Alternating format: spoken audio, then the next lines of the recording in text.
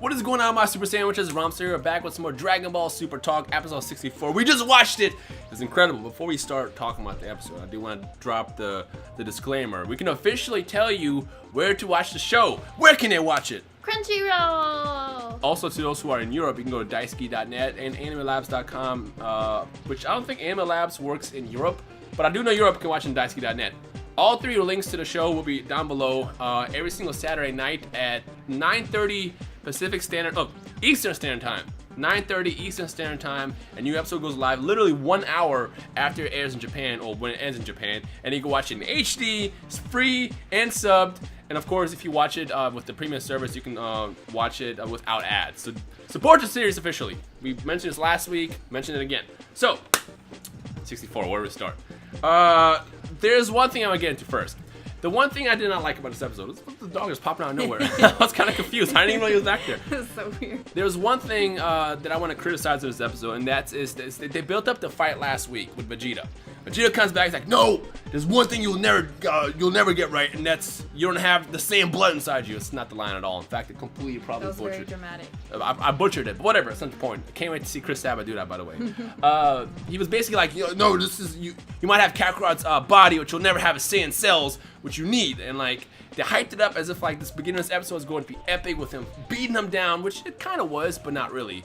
For a couple seconds. But like the thing that I really wanted to see is him get that actual revenge, because the last couple times Black fought Vegeta was just very one-sided. I'm still kind of hurting.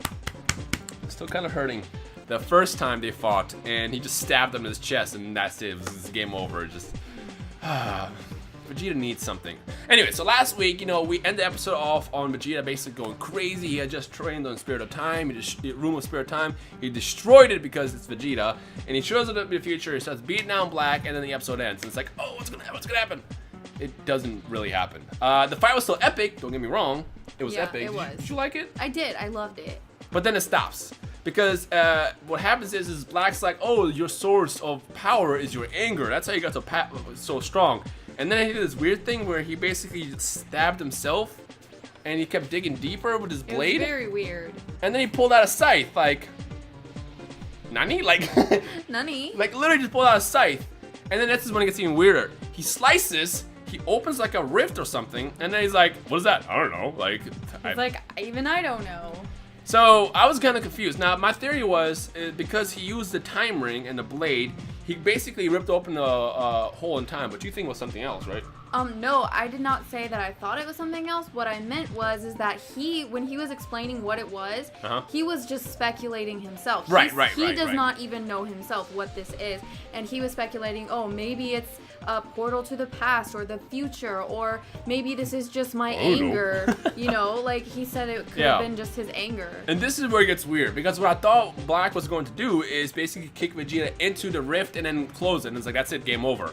Instead, he spawns a bunch of blacks around him, a bunch of Goku blacks, and Shadow Clone Jutsu. Yeah, it literally. Me and Danny was watching live with us on Discord, and he was like, "Oh, look at that! Just turned to Naruto. Basically, used his chakra to pull out a blade, and then he created a bunch of Shadow Clone Jutsus that didn't really make any sense." So that I can't explain. It kind of seemed pointless. Yeah, and then meanwhile, you have Goku fighting Zamasu, and then all of a sudden, somehow Zamasu is now chasing after Trunks and Bulma. That part was confusing, because literally it was like Goku versus Zamasu, Black versus Vegeta. I was expecting like an epic fight between the two, but instead, the second the Shadow Clone Jutsu happens, Zamasu is heading towards Bulma, which apparently took forever to fly across that gap that they were far apart, because apparently Bulma had enough time to teach Trunks and Mafuba, which she recorded with her phone. She's always smart. She literally is Dragon Ball. She is Dragon Ball. Anyway, so she recorded Piccolo doing the Mafuba, which is hilarious, by the way, and was like, hey, Trunks, you have 5 minutes to learn this. In the meanwhile, she's gonna go distract Zamasu, which, this is what I don't get. Zamasu is evil, and knowing him, he would not have even given her a chance to talk. He should just, I wouldn't want him to do this, but knowing Zamasu's traits, he should have just stabbed her in the chest and be like, yeah, this is it. And held her by her neck when she, just like how we saw in the beginning of the series when Black killed future Bulma. But instead, Trunks walks out, Bulma is in Zamasu's hands, and then he just drops her, and it's like, he didn't kill her, why? And then next thing you know, you got Zamasu who's super cocky because he's immortal, and then you got the Mafuba action, which is incredible. Absolutely amazing. Until... Wait, can we back it up to Zamasu's motivation for even going to the site where Bulma and Trunks and Mai was. Yeah. His motivation was to get Goku and Vegeta angry. Yeah. Right? Yep. So maybe he thought, oh, I'll just like torture her a little bit or something. That's actually a really good point. Yeah. Really, really good point. Yeah. I'm glad you brought that up because I didn't even think about that. Yeah, because I mean, what possessed him to just all of a sudden stop fighting and go towards Bulma and Trunks? It's because he wants to get them angry, so that they actually bring out their more of their power. That's actually a really, really good point. I'm glad you brought that up. This is why I bring it to I had to reviews. back it up a little bit before you started getting the Mafuba. Yeah. But now we can move on. Speaking of Mafuba, Trunks apparently learns it in 5 minutes, which is not that much. He just Mafuba. You just gotta catch him and basically play basketball into whatever you seal the person in. The thing is Mafuba should technically kill you after using it. Tien, in the past, when he learned how to use a Mafuba, he trained himself to not die. Everybody else, they kind of train themselves to not die after the Mafuba. And Goku probably at this point should know how to use it without dying. But this is Trunks' first time. Now, I will point out that after Trunks did the Mafuba, he was exhausted. So maybe because he's so powerful and strong, you can kind of say, well, maybe that's why he didn't die or get knocked out or even go unconscious. But I want to point that out. 2, he succeeds. And I love seeing that success. And it's like, because like Zamasu's like, oh my gosh, like, this is me. Like, I'm about to, this is game over. It's over. Like, I'm trapped. And then we had the comedy moment because... Go ahead. Just tell them what happened. Yeah, they forgot the seal. Goku's in the past. Goku's a moron. Look, let me tell you something. Dragon Ball Super has done a great job portraying Goku to be a moron, way better than Dragon Ball Z has ever done. I mean, in Dragon Ball he was an idiot. In Dragon Ball Z he was an idiot, but in Dragon Ball Super he's like a buffoon, literally. As much of a chance he gets, he's been turned into a bigger buffoon than before. And honestly, I don't know how I feel about that because like I know he's an idiot, but I feel like Dragon Ball Super at times overdoes it. It's like, dude, how could you forget that? You literally went back into the past after almost getting killed to learn the Mafuba. You get the jar and you forget the talisman. They could have won. They literally could have won. I mean, obviously, it wasn't supposed to end that way. As I said, like, there's no way that Mafuba is going to be the solution to beating Zamasu. It's too easy. It's too easy, Right. And on top of that, it leaves it open for later him basically getting restored somehow. I mean, all it takes is one bad guy, maybe a Zamasu clone that he created. Not clone, but Zamasu he contacted at some point in some other timelines. Like, yo, if this ever happens, come get me, man. Like, Zamasu has to be destroyed. Yeah. With that said, he pops out, and the second he pops out, he's very weak. It was very weak. Well, obviously, I assume because the Mafuba probably also drains the attack person as well, but I can't quite confirm because I don't remember. Like, Dragon Ball was so long ago. But he pops out. Black realizes, oh snap, I gotta go over there. Instant transmissions, and when he leaves, the rift closes apparently because again, it's somehow linked to Black. And Goku and Vegeta are now able to instant transmission over there. They go over there, and this is when the wonderful, amazing moment happens. Apparently, this triggered Zamasu to the point where it's like, you know what, we can't play with these people anymore. We just have to get rid of them now.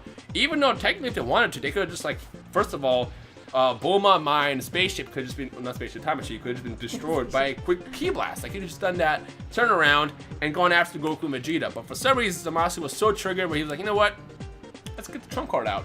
Pulled off his earring, switched ears, fusion happened. It's time. Now, it was next very week, intimate, by the way. Yeah. Now we have many questions, obviously, and probably gonna get 0 answers just because that's just how Dragon Ball Super does it sometimes. Question number 1 is Zamasu what should we call him? Let's just call him Zamasu. I mean, it is literally just Zamasu. Yeah, because everybody has like fusion names. In fact, if you want to just have fun with this in the comment section below, give me your best Zamasu Goku Black fusion name. Zamaku, I don't know. Give me your best fusion names. It's just Zamasu because I mean, well, it is Zamasu because he did say, "I am the ultimate god." Zamasu. Yeah, I mean, it's just him. If you fuse with yourself, I mean, you're still yourself. When you like your own tweet. I just stole Omega Pro's tweet and put him on video. Yeah, Hashtag Omega Pro. Actually, I want you guys to go to Omega's channel and say Ryan stole your tweet. Anyways, so they fuse, and the questions I have is number 1, are they immortal now? Because I assume you technically should be because 1 was immortal. 2, like, can they split? Like, I mean, I know you can't split Potara fusion unless you use the Dragon Balls, which is what Kibito and Supreme Kai did, but do they have a special technique to split themselves? Because, like, this is one of those, like, desperation moves where it's like, you know what, I have to do this. 3, what exactly are they doing next episode? Because from the next episode previews, the light that they created, like, around them, which we saw in the preview, apparently can destroy anything it touches. So, I mean, I know they're powerful now because fusion is a very, very powerful thing, but, like, that seems a little bit too powerful. And finally, what's going to happen between Goku, Vegeta, and Trunks? Because, like, if they're in attack mode right now, because, I mean, we don't know where it's going. This is going to fusion. Goku and Vegeta are probably going to fuse, or maybe we'll get Vegeta and Trunks, or all three. Someone's going to fuse. Yeah, like all three. That's what I was just thinking. Like, I wonder. Yeah, well, all three won't happen, but it's funny because Dragon Ball Fusions just came out, well, it didn't just come out. It came out a couple months ago, and it's been announced in worldwide release in December, except for it's coming out in Europe in February for some reason. And in that game, they have the EX Fusion, the Maxi Fusion, which is basically a multiple fusion by multiple people. It'd be funny if they did that, but I'd rather not see that. So either, it's just kind of weird. I mean, we know that Dragon Ball Heroes announced Vegeta Trunks fusing, but honestly, I don't think we're gonna get that. I think we're gonna go with nice and easy Vegito, because Gawasu's obviously there, so Supreme Kai. So all it takes is one of them to be like, hey, yo, you don't catch these earrings. Don't pull a Gohan from Dragon Ball Z. Remember when Goku threw him the earring and he couldn't catch it? Like, hey, yo, catch this. Great, now put it on. Now, the question is two questions really between that. If Vegito fuses, well, Vegeta and Goku fuse, what will the outfit look like? Because honestly, I know we've seen an outfit in Z, but I don't want to see that. I want to see something different. Although they are wearing technically the same like armor or same outfit. It's not like the Goku and Vegeta Whis Resurrection F outfits, but because now you have Vegeta fusing with armor, like will it be incorporated in the outfit? And two, how exactly will Super Saiyan God Super Saiyan work in the Vegito state?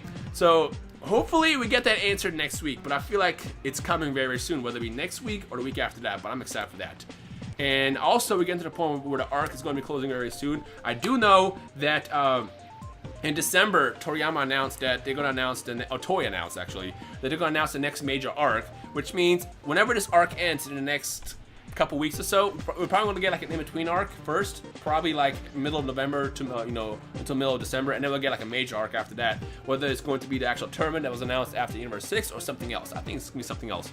But ultimately, what do you guys think about this episode number 1? And 2, what do you think is going to happen next week? Drop it down below. Anything else? I think that's it. I think it's the first time where we actually addressed everything that happened in the episode. Wow. But it's a lot easier to do when you like literally watch it like 2 seconds after it airs, with subs and everything. So that's kind of cool. So yeah, next week is going to be amazing, so I'm excited for that. If you're enjoying the series so far, love these reviews, make sure you leave a like below. Any questions, feedback, theories, thoughts, speculations, you know what to do down there. Anything else? Nope. Okay, well, we'll see you guys next week. And also, we'll see you down below. Enjoy the rest of your night, day, whatever time or day is for you. And we'll see you guys next time. Peace. Bye.